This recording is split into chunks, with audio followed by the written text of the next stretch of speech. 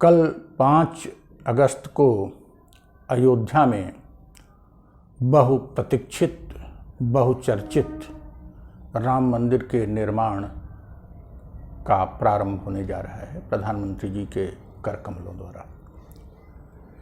मंदिर निर्माण की शुरुआत से हम जैसे तमाम सनातन धर्म मानने वाले तो खुश होंगे ही, साथ साथ एक ईश्वरवाद में विश्वास करने वाले इस्लाम के लोग, ऑलमाइटी में विश्वास करने वाले क्रिश्चियन लोग और सभी धर्मनिरपेक्ष लोग जो एक ब्रह्म में विश्वास करते हैं, वो परब्रह्म राम की मंदिर की स्थापना से निश्चित रूप से खुश होंगे और स्वागत करेंगे।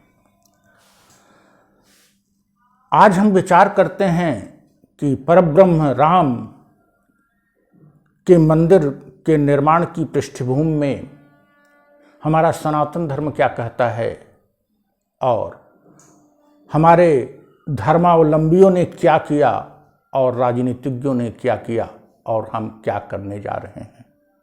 आज खुश होने का समय है, लेकिन भविष्य पर निगाह डालने का भी समय है और अपने सनातन धर्म के गौरव की रक्षा करने का भी समय है, सावधानी बरतने का भी समय है। वस्तुतः 6 दिसंबर 1992 को कुछ आपराधिक तत्व के स्थान पर अगर हम कहें कि वो अन्य मामलों में अपराधी नहीं रहे, कट्टर हिंदू धर्मावलंबियों ने एक जघन्य आपराधिक कार्य किया और तत्कालीन मस्जिद को गिरा दिया। इस परिप्रेक्ष्य में गलतियां लगातार होती रही। आश्चर्य की बात है कि इसके लिए उत्तरदायी तमाम वे राजनेता रहे जो संसद में बैठते रहे और ऐसे नेता भी रहे जो उत्तर प्रदेश की बागडोर जिनके हाथ में रहे।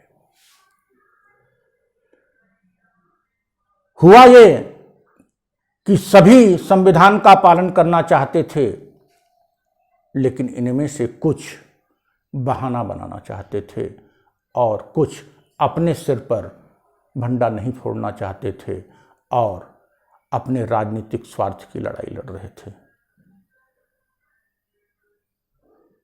तत्कालीन मुख्यमंत्री कल्याण सिंह ने सोचा कि हम विश्व हिंदू परिषद, भाजपा और शिवसेना और तमाम ऐसे हिंदूवादी संगठनों को वहां लोगों को इकट्ठा करने के लिए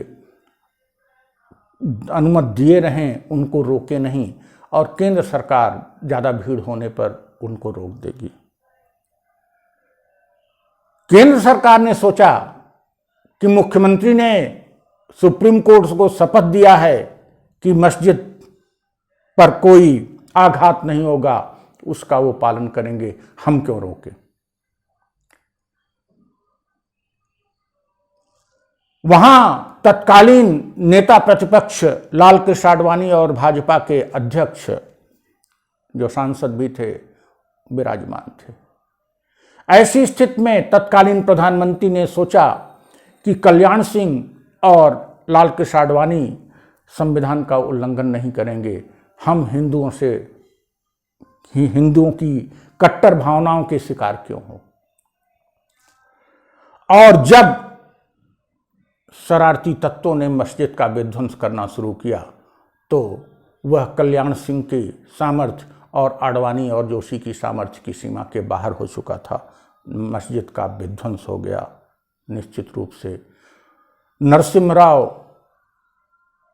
कल्याण सिंह, आडवाणी, जोशी और अन्य राजनेता एक दूसरे पर टाल के राजनीतिक स्वार्थ की लड़ाई लड़ रहे थे और एक जघन्य अपराध, एक देवालय का विध्वंस हो गया।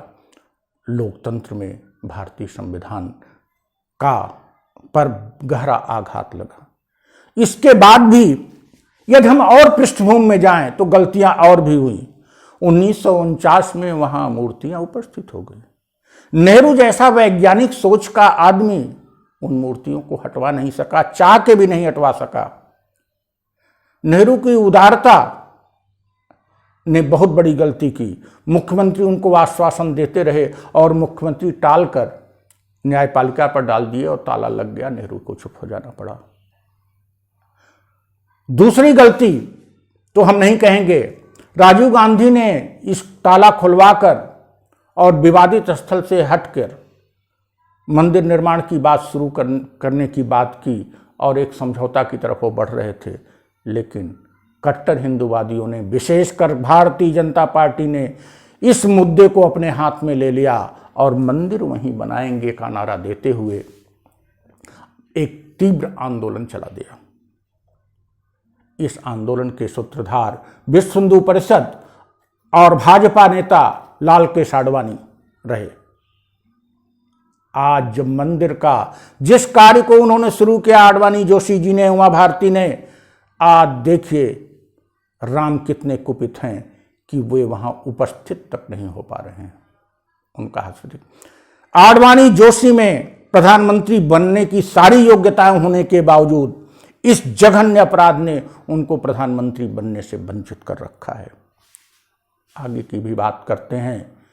सरकारें सोचती रही राजनीतिक हल निकालना चाहिए था, सरकारें सर्वोच्च न्यायालय पर छोड़ दी और सर्वोच्च न्यायालय ने भी वही किया जो कि राजनेता करते रहे हैं, तुष्टि। सर्वोच्च न्यायालय के 5 न्यायाधीशों में किसी न्यायाधीश को यह फुर्सत नहीं मिली राम की रामायण के चंद पेज वो पढ़ लेते। रामायण के चंद पेज पढ़ने के बाद उनको आभास होता कि राम तो ब्रह्म है, हम मंदिर वहीं बनाएंगे, राम को ताले से में बंद है, खुलवाना है। राम को कोई ताले में बंद कर सकता है? कृष्ण ने क्या कहा? हम और थोड़ा पृष्ठभूमि पीछे जाते हैं। 1526, 27, 28 में जो मस्जिद वहां बनाई गई वह हिंदू मंदिर अथवा बौद्ध पूजा गृह के अवशेष पर बनी। बाबर ने के राज शासन में महान गलती हुई, फिर भी बाबर उस मस्जिद का उद्घाटन करने नहीं गया राजतंत्र में भी। और बाबर का क्या हाल हुआ? बाबर चंद वर्षों में ही समाप्त हो गया। क्या राम खुश होंगे? हम तो खुश होंगे। हम तो इसलिए खुश होंगे कि राम अभी दूसरे गृह में निवास करते थे, वो तो गिरजाघर में भी है, मस्जिद में भी हैं, गुरुद्वारे में भी हैं, अब मंदिर में निवास करेंगे। राम का वस्त्र बदल दिया गया, लेकिन राम शायद नाखुश हों कि उनका नाम क्यों बदल दिया गया। अगर कोई अल्लाह नाम से उनकी पूजा करता था तो उनका नाम क्यों बदल दिया। हम सभी लोग, सारे हिंदू मुसलमान भारत के, इस बात पर खुश हो सकते हैं कि परब्रह्म राम या परब्रह्म अल्लाह का एक नया गृह बना है। लेकिन राम क्या अपने नाम को बदलने से खुश होंगे? क्या इस मंदिर के निर्माण के लिए प्रधानमंत्री जी वहां स्वयं जाकर हिंदू धर्म का अपमान नहीं कर रहे हैं? शंकराचार्यों को 1949 में ही ये बात क्या नहीं सूझी कि वे कह दें कि मूर्ति कहां से उपस्थित हो गई? किसी अन्य पूजा गृह पर हिंदू मंदिर का निर्माण हो ही नहीं सकता। शंकराचार्य चुप रहे। शंकराचार्य, अधिकांश शंकराचार्य खेल खेलते रहे। आज शंकराचार्य क्या क्या स्थिति है? मंच पर किसी शंकराचार्य को स्थान नहीं मिल रहा है। हिंदू धर्म और सनातन धर्म के गौरव को इससे ज्यादा अपमान क्या होगा कि राजनीतिक लोग मंदिर का शिलान्यास कर रहे हैं और हमारे सारे 4-5 शंकराचार्य जो हैं उनको आमंत्रित नहीं किया जा रहा है और वो दूर से देख रहे हैं। शंकराचार्य भी अपनी चूक के कायल हो गए, जैसे आडवाणी जोशी हो गए, और उस चूक का खामियाजा क्या आने वाली पीढ़ी भुगतेगी?